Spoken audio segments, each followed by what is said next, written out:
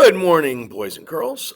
We are on to chapter 6 in Snow Treasure. Where we left off last, they were hiding all the gold so that the Germans don't get a hold of it. And the main character, I believe, Peter, was he's going to be leading the kids in terms of their little operation, and he is familiar with where the location is. And let's see what happens from here. Okay, chapter 6. The next night saw Norway blacked out from the one end to the other. Over 1,000 miles, not a light. Windows were draped in black, and people were cautioned not to allow so much as a candle ray to show outside their houses. That was the night of April 8th.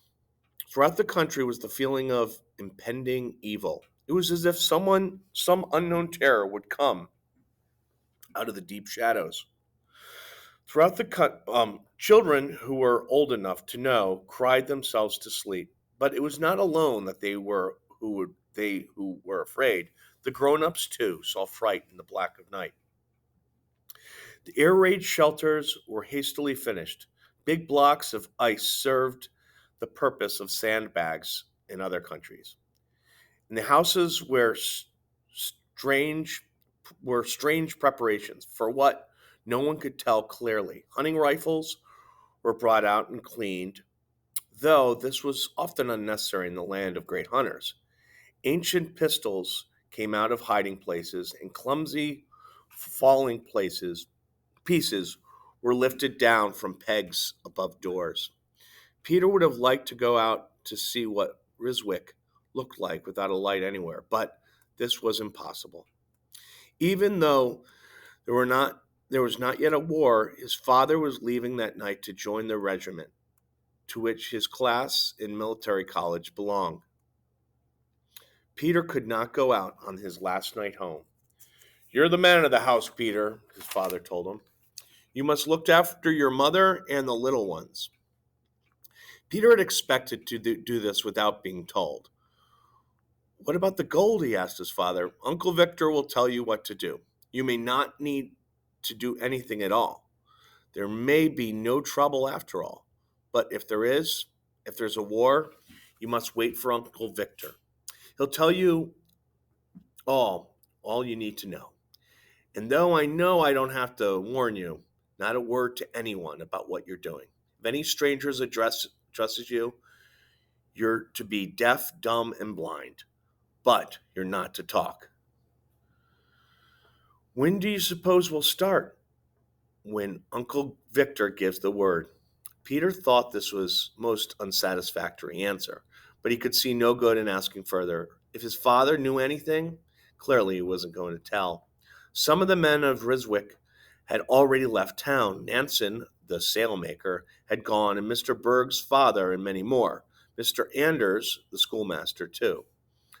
With him away that day had been a holiday, as would be the morrow and every other day. But what was the good of a holiday like that? No one wanted to play. They tried all the games they knew, but no one seemed to enjoy any of them. Peter called a meeting of the defense club. The air raid drill wasn't very exciting, for although they could blow a warning whistle, they had no one to give them the all clear signal when to come out. Helga and some of the girls thought it would be fun to play at being Red Cross nurses.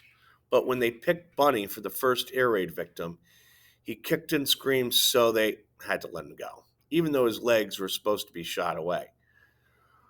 But the long day dragged through somehow, and now it was night. But what a different night, different from any Peter had ever lived through. He didn't know but what he would rather have a toothache. After supper, his father seemed to be waiting for some message. It never came. He kept taking his watch out to see the time, although there were clocks everywhere you could look. His train did not go until midnight, and the sleigh to take him to the station would not come for hours yet. Peter peeped out of the window, careful that no light showed outside. There was nothing but darkness. There wasn't even a sound in the terrifying void. The world seemed to have come to an end at Peter's house. Life could not be possible in this blackness, in the blackness beyond. When the hour finally came for Mr. Lundstrom to leave, they all tried to be cheerful. Peter's mother even started to make a little joke. Old Pergarson shuffled in for the bags and looked, and then the door closed and blotted out Peter's father in the black of the outside. Mrs. Lundstrom turned to Peter in a flood of tears. He tried to comfort her, but there was little to say. "You've me, mother. I'll I'll not let anything happen to you. Father and I was to look after you and Lavisa and Bunny, and I will." She smiled when she spoke. "I know, Peter. I'm being foolish. After all, I do have you." 4 hours after that, German parachute troops landed in Norway. And though all the ports clear into the Arctic Circle, soldiers and Marines poured out of merchant ships into the harbors. There were even gray clad Nazi soldiers on the beach of Ryswick Fjord. It was Uncle Victor who brought the news in the morning.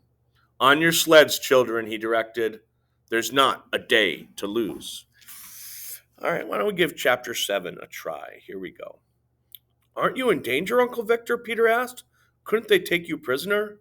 They were in the living room of Peter's home. Mrs. Lundstrom had taken Lavisa and Bunny and had gone to get some of the other children who were to help. "Per Garson's on the watch. He'll tell me if anyone comes, and I'll slip out the back and down the slope. There'll be good skiers to catch me." "But they could shoot." Uncle Victor only shrugged. "Do you know where the British and French have laid their mines?" Peter hoped the answer would be yes.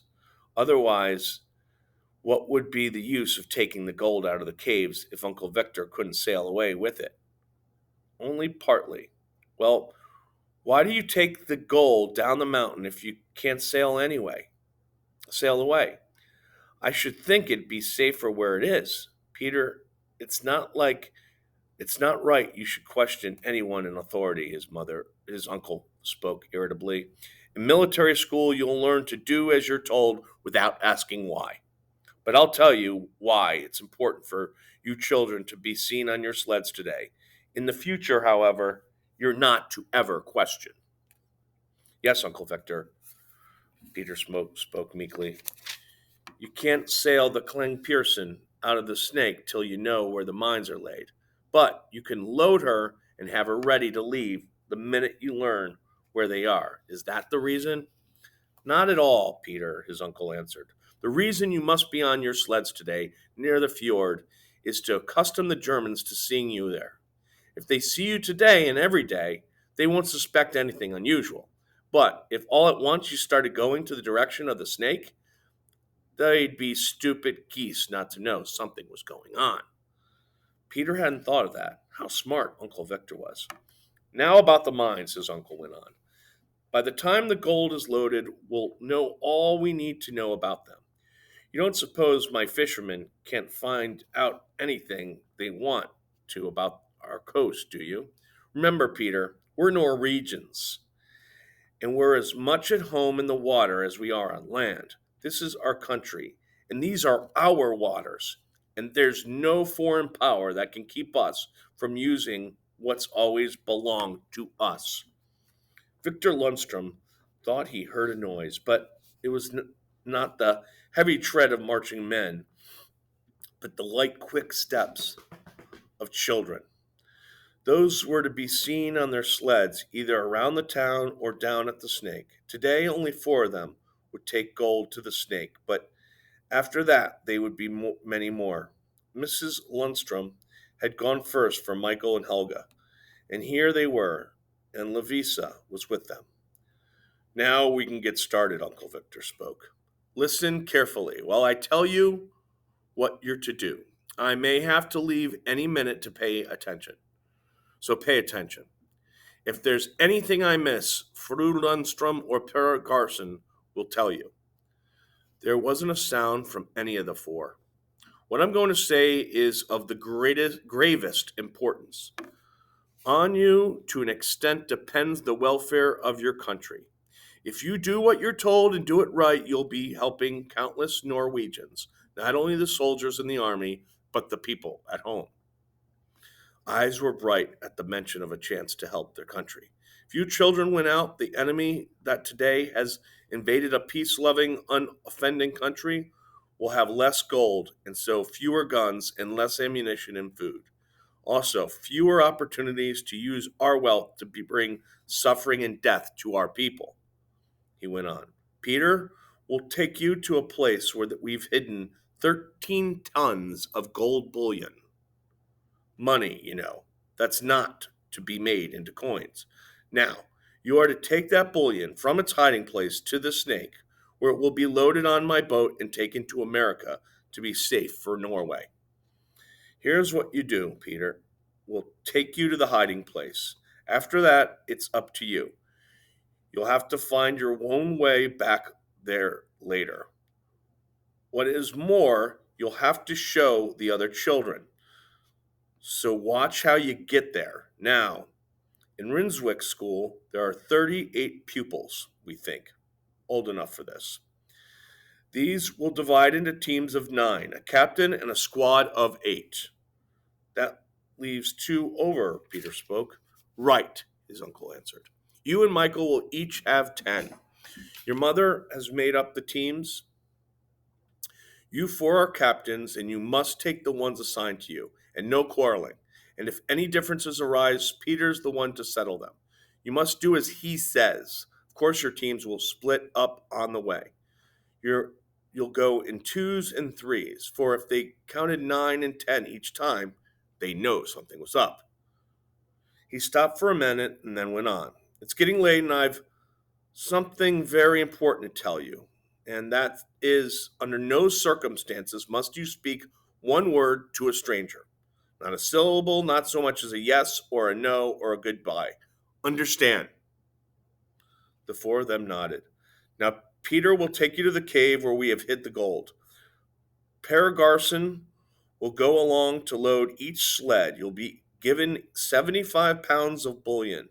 That's over 8,000 kroner, 20,000 United States dollars. It will be packed in flat bricks, and each of you will take 4 bricks. These you'll sit on or lie on when you ride Belly Grinder. When you get to the Snake this afternoon, you're to look for a place where there are 2 fallen trees. They're pretty well buried under the snow, but you'll find them because you're Norwegians. You know such things. Between these trees, you're to bury your bricks in the snow. Over the top of each pile, you'll build a snowman. When I come out at night with Rolls, my mate, I'll only have to find the snowman. This was even better than playing pirates, Peter decided. Now about the return trip. You start back up the mountain to the Holmes Farm, where you'll spend the night. They have rooms for dozens. The girls will stay in the house and the boys in the barn. You will get a warm supper and breakfast next day. Then you'll come back here, but it won't matter if you are late because you are to rest that day and start back to the Snake the next day. The way we've planned it is for 2 teams to go one day and the 2 others the next. That will give you a day to rest up and almost a day.